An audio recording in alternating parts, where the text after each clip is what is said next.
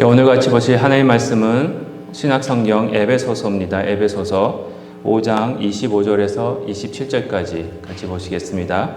에베소서 5장 25절에서 27절입니다.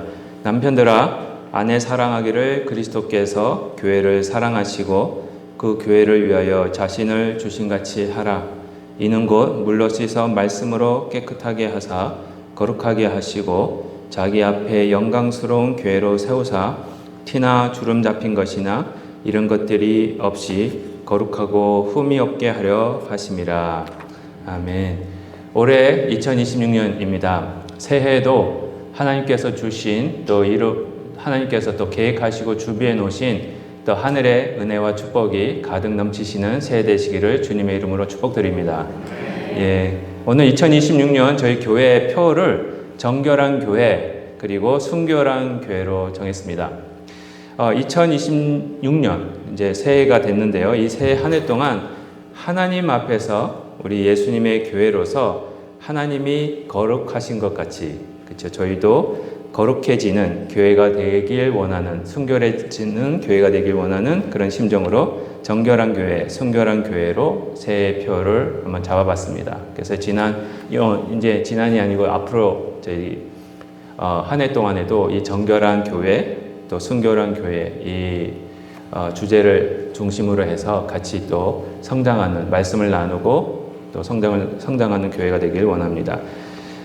이 정결한 교회, 순결한 교회는요, 마치 저희가 우리 예수님의 신부잖아요. 그래서 신부가 정결하고 순결한 모습으로 신랑을 맞이하듯이 우리 예수님의 신부로서 저희 교회가 우리 예수님 앞에서 항상 정결하고 그리고 순결하게 하신 그 예수님의 은혜를 기억하면서 저희 교회의 순결함과 또 정결함을 계속 지켜나갈 수 있는, 유지할 수 있는 그런 한 해가 되시기를 주님의 이름으로 축복드립니다. 이 시대는요, 아시다시피 유혹이 너무 많아요. 그렇죠? 이제 교회 안에 세상이 들어와 있습니다. 그게 들어오면 안 되는데 많은 교회가 그렇지는 않지만 혹 간혹가다 그런 교회들을 저희가 볼 때가 있습니다. 교회 안에 세상이 들어와서 세상과 타협하고 또 특별히 제일 위험한 거, 세상의 관점으로 하나님 말씀을 읽고 하나님의 말씀을 해석하게 하고 또 교회를 세상에 속한 한 조직으로 이끌어 가려고 하는 그런 일들이 많은 세대가 바로 현지 세대입니다. 이런 세대에 저희 교회가 하나님께서 예수님을 통해서 정결하게 하시고 순결하게 하시고 또 이 세상과 구별되게 하신 것을 기억하면서 세상 안에서 살지만, 세상 안에서 존재하지만 세상에 속하지 않는 교회, 그렇죠? 세상 밖으로 나가는 교회는 아닙니다. 세상 안으로 하나님께서 저희들을 보내주셨습니다. 그렇지만 세상 안에 있다고 해서 세상에 속한 자들이 아니라 세상에 속하지 않은 교회로서 그 정체성을 지켜나가길 원하는 겁니다. 오늘 본문 25절 특별히 보시면은요, 25절 보시면은 그리스도께서 교회를 사랑하시고 그 교회를 위하여 자신을 주신 같이 라고 하는 말씀이 있습니다. 예수님께서 교회를 정결하고 순결하게 만드신 방법은 바로 예수님께서 여러분들을 너무 사랑하셔서 그 여러분들을 위해서, 교회된 여러분들을 위해서 자기 자신을 포기하면서까지, 그죠? 포기하면서 교회인 여러분들을 정결하고 순결하게 만드신 겁니다. 그래서 교회의 정결하고요, 교회의 순결은 단순한 것으로 얻어낸 것이 아니라, 받은 것이 아니라 예수님의 목숨 값으로 얻어낸 저희들의 주어진 순결함과 정결함입니다. 예수님의 목숨값이에요.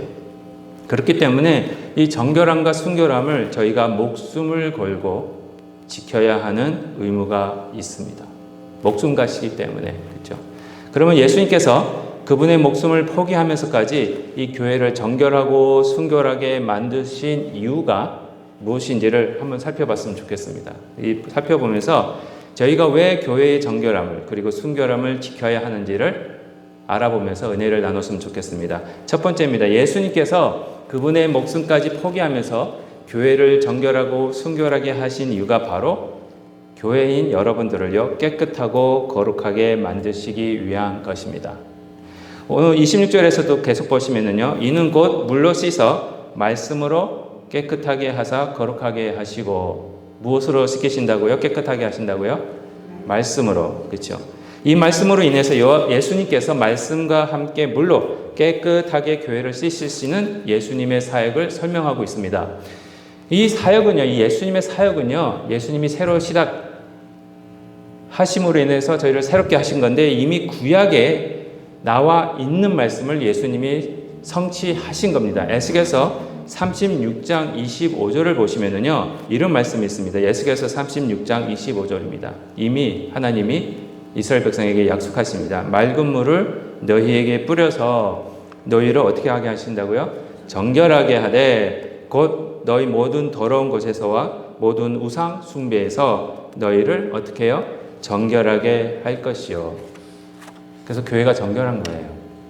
이 에스겔서 말씀, 하나님께서 약속해 주신, 하나님께서 우상 숭배로 인해 더럽혀진 이스라엘 백성들을, 하나님의 백성들을 물로 씻어 주시고 또 우상 숭배로 인해서 더러워진 것들을 없애 주시고 다시 정결하게 해 주실 거라고 에스겔서 36장에 약속해 주셨습니다.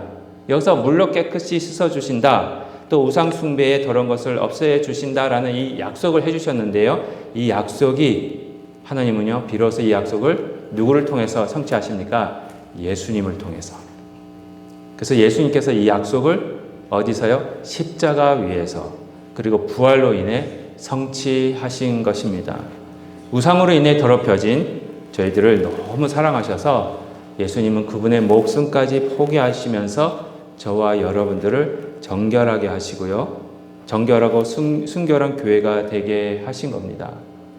정결하고 순결하게 하심으로 인해 저와 여러분들을 거룩하게 하시고, 마침내 출애굽기에 나와 있듯이 내가 하나님께서 말씀하시기를 하나님이 거룩하신 것 같이 너희도 거룩하라 라는 말씀을 이루게 하신 겁니다.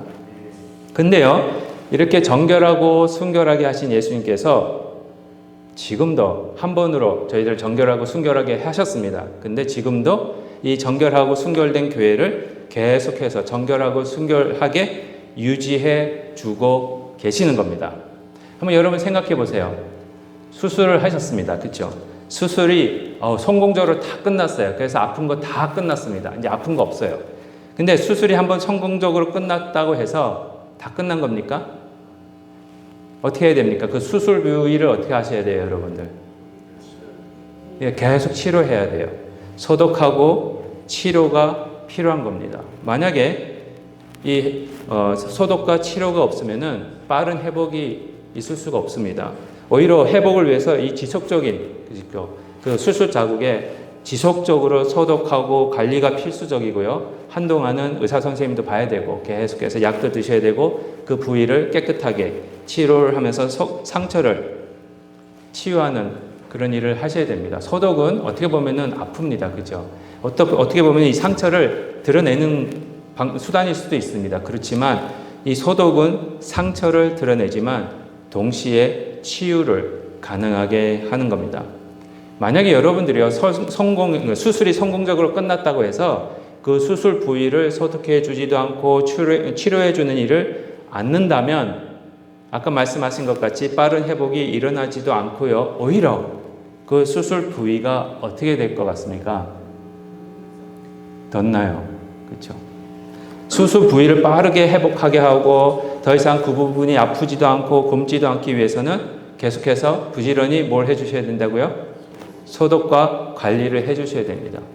이와 같이 저희는 히브리서 4장 12절 말씀에 보시면은요, 좌우의 날선 어떤 검보다도 예리하신 하나님의 말씀으로 여러분들의 혼과 영과 및 관절과 골수를 찌르시고 쪼개시는 수술을 하셨습니다. 여러분도 수술 그 칼 보시면 얼마나 예리한지 아시죠?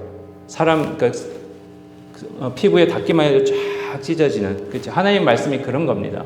그렇게 그 말씀으로 여러분들을 수술해 주셔서 우리가 갖고 있는 이 죄의 덩어리, 이 암과 같은 이 죄 덩어리를 다 잘라서 내버려 주셨습니다. 예수님께서는요, 말씀으로 십자가 위에서 말씀을 성취하시면서 아주 성공적으로 이 수술을 끝내 주셨습니다. 여러분들은 다시는 수술 받을 필요가 없으세요. 믿으세요? 그죠? 한 번에 예수님이 다 이루셨기 때문에 그렇습니다. 그렇지만 수술이 끝났다고 해서 모른 척하고 지낼 수는 없습니다. 이때부터가 중요해요. 지금은 오늘 26절 말씀에서 읽었듯이 하나님의 말씀으로 우리를 깨끗게 하시고 하나님의 말씀으로 지금도 소독과 치료하시는 그 약이 바로 말씀이 약이 돼서 매일 저희를 소독하시고 죄로 인해 생긴 상처를 치유해 주시고 또 죄가 떨어져 나가서 생긴 그 부분들을 곪거나 다시 병이 생기지 않게 하기 위해서 말씀으로 계속해서 치료해 주시고 소독해 주시고 정결하게 해 주시는 겁니다. 그 부분을 여러분들이 소독하셔야 돼요. 무엇으로요? 말씀으로. 지금도 저희들은 말씀으로 소독하는 것이 필요합니다. 계속해서 말씀으로 소독을 받아야 저와 여러분들이 더 건강하게 성장할 수 있습니다. 그래서 시편 119편 9절에 이런 말씀이 있는 거예요. 시편 119편 9절에 보시면 청년이 무엇으로 그의 행실을 어떻게 해요? 깨끗하게 하리이까 주의 말씀만 지킬 따름이니이다. 예, 여러분들 청년이세요. 저번에 말씀하실 때 청년같이 하나님께서 말씀으로 독수리같이 세움을 주신다는 말씀 드렸잖아요. 그렇죠? 예수 그리스도 안에 있는 자들에게는 새 피조물, 아까 우리 장로님 기도하신 것 같이 새로운 피조물, 청년의 능력이 있는 겁니다. 하나님이 주시는 거예요. 근데 그런 저와 여러분이 무엇으로 행실을 깨끗하게 한다고요? 말씀으로. 이걸 다시 해석하면 이겁니다. 여러분들이 무엇으로 여러분들의 그 행실을 소독할 수 있겠습니까? 무엇으로요? 주의 말씀만 지킬 따름입니다. 저희와 여러분들의 행실을 깨끗하게 할 수 있는 방법은 말씀밖에 없습니다. 말씀을 지키라고 가르치고 계십니다. 이런 이유 때문에 말씀을 항상 가까이 하셔야 되는 겁니다. 말씀은 저희에게 치료와 거룩을 위해 반복적으로 적용되는 은혜의 방법입니다. 교회는요, 말씀 아래에서 계속 씻김받는 공동체입니다. 말씀만이 교회의 정결함과 순결함을 유지할 수 있게 하십니다. 2026년도에는요, 이 새해에는 계속 말씀으로 깨끗함을 받고 정결케 된 모습을 유지하시는 저와 여러분이 되시기를 주님의 이름으로 축복드립니다. 두 번째입니다. 예수님께서 그분의 목숨까지도 포기하시면서 교회를 정결하고 순결하게 만드신 이유가 바로 교회를 영광스러운 존재로 예수님 앞에 설 수 있게 하시기 위함입니다. 27절 3반절을 한번 보시면요, 이런 말씀이 있습니다. 자기 앞에, 여기서 자기는 우리 예수님이에요. 예수님 앞에 영광스러운 교회로 세우사. 예수님이 여러분들을 영광스럽게 만드시기를 원하시는 겁니다. 여러분들을 예수님 앞에 영광스러운 존재로 세우시는 것이 하나님의 목적이다라고 말씀하고 계시는 겁니다. 특별히 로마서 8장 30절입니다. 다 아시는 말씀. 로마서 8장 30절.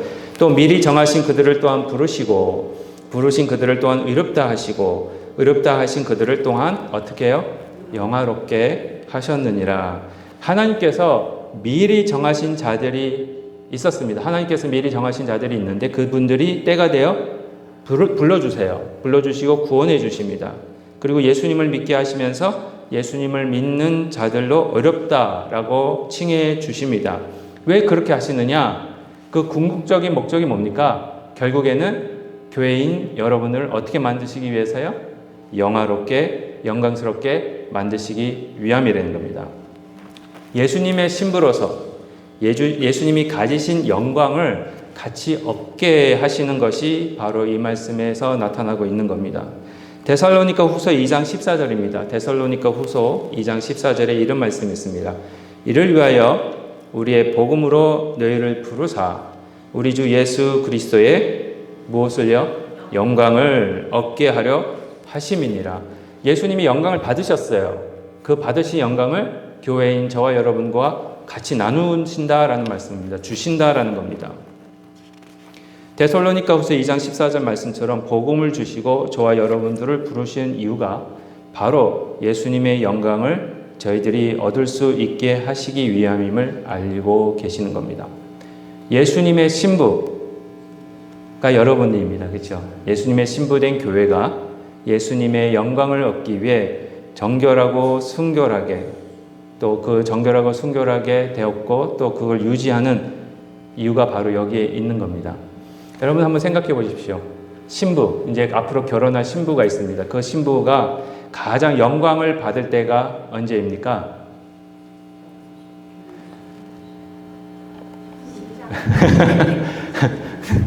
그렇죠? 신부 입장할 때 결혼식이에요. 그렇죠? 예. 빨리 이렇게 말씀을 해주시면 이제 빨리 설교가 끝나고요. 그렇습니다. 신부가 가장 영광을 얻을 때가 바로 이 결혼식입니다. 신부 입장할 때. 그러면은 왜 결혼식 때 가장 영광을 받습니까? 신부가. 예? 주인공이니까. 그렇죠?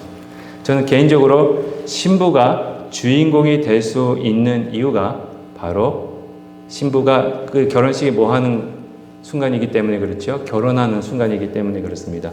신랑을 맞이하는 때이기 때문에 신부가 주인공이 되는 거예요. 어떻게 보면 신랑의 영광 때문에 신부도 같이 그 영광을 더 누리는 거라고 저는 생각합니다. 말씀하신 것 같이 결혼식 때만큼은 신부가 주인공이고 신부가 가장 큰 기쁨과 영광을 가져가게 됩니다. 저의 경험입니다.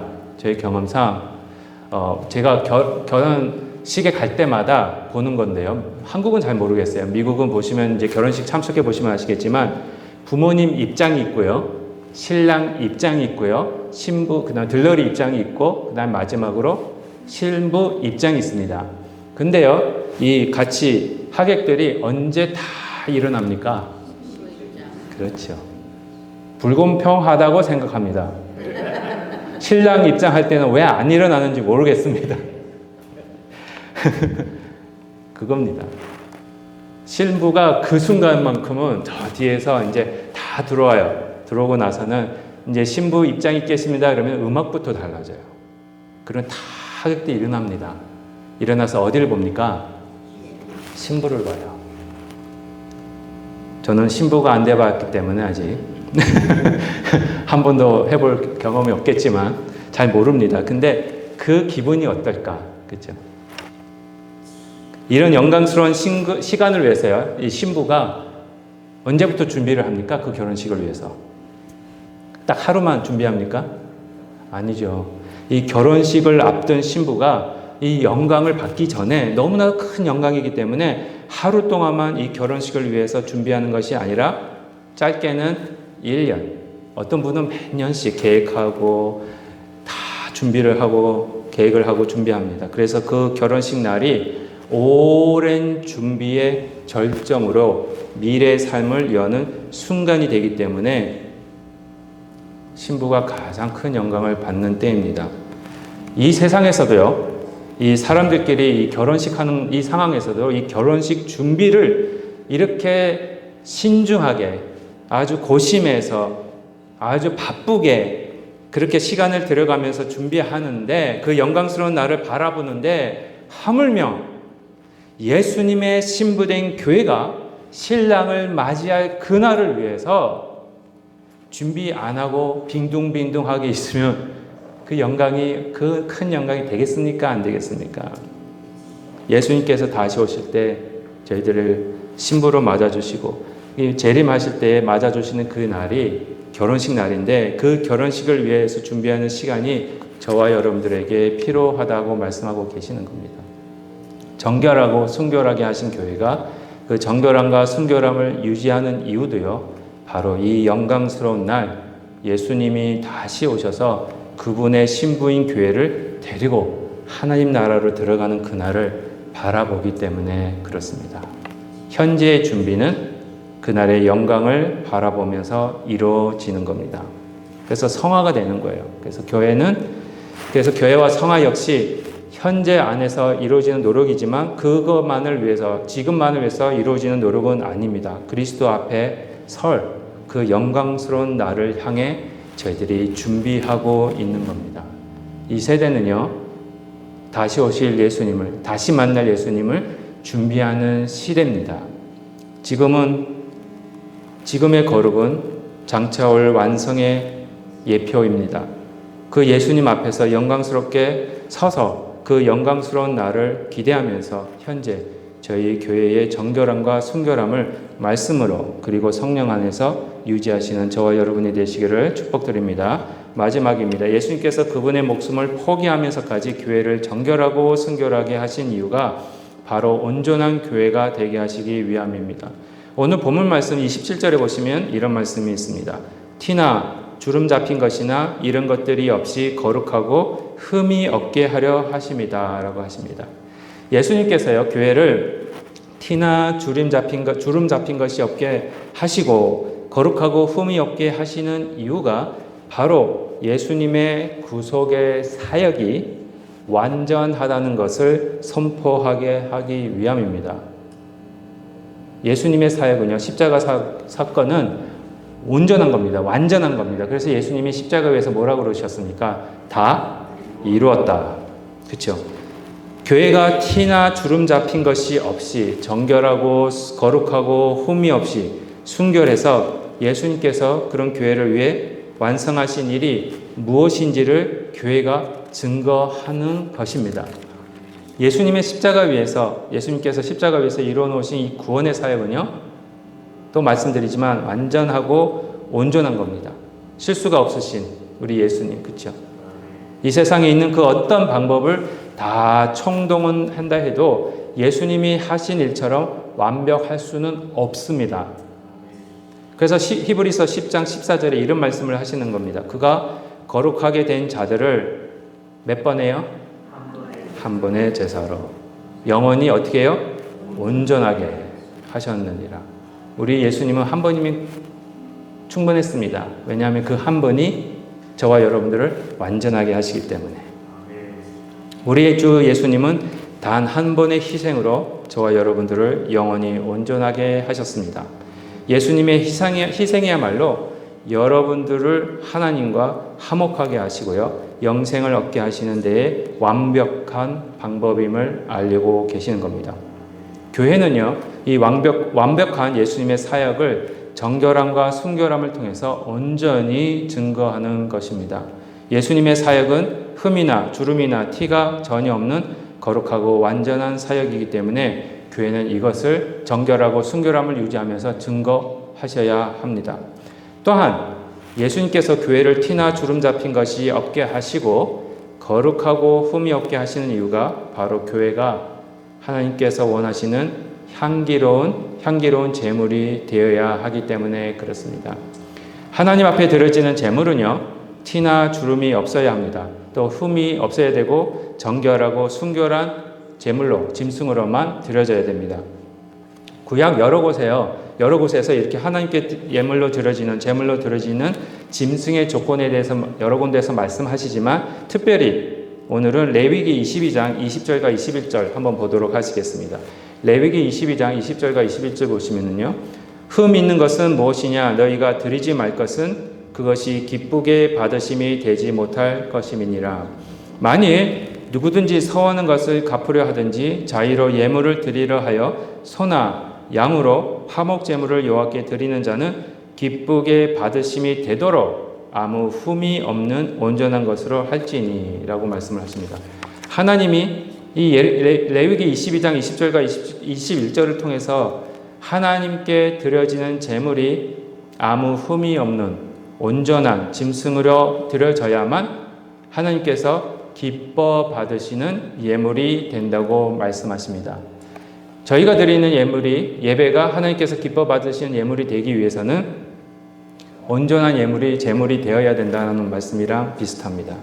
이와 같이 예수님께서 온전한 제물이 되셔서 단 한 번으로 저희 교회를 정결하고 순결하게 만드신 후에 정결하고 순결하게 만든 교회를 하나님께서 기뻐하시고 온전하게 받으실 산 제물로 드리는 예수님의 모습이 여기도 있음을 알 수 있습니다. 우리 예수님은요, 여전히 하나님이 지금도 일하시기 때문에 일하시고 계시고요, 지금도 성령님을 통해서 저와 여러분들을 정결하고 순결하게 하나님께서 기뻐하실 예물로 만드시기 위해 일하고 계십니다.